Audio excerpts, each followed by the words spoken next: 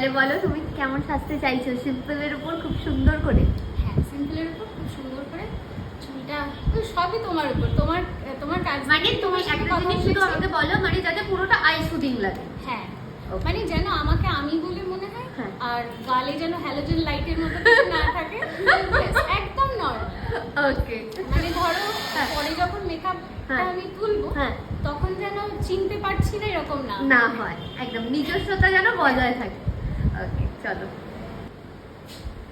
তাকাও আমার দিকে। কেমন লাগলো? ফার্স্ট এক্সপ্রেশন কি দেখে? ভালো লেগেছে, আমাকে আমার মতো লাগছে। তোমাকে তো আর গ্লো আছে, হ্যাঁ, কিন্তু হ্যালোজেন জ্বলছে না তো? হ্যালোজেন জ্বলছে না।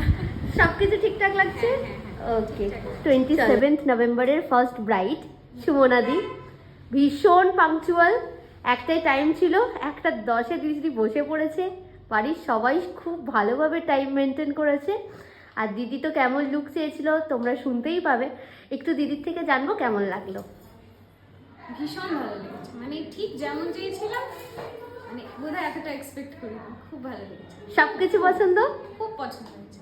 ব্যাস। স্পেশালি চুল, যেটা নিয়ে আমার একটা খুব ইয়ে ছিল, ভয় ছিল। খুব পছন্দ হয়েছে।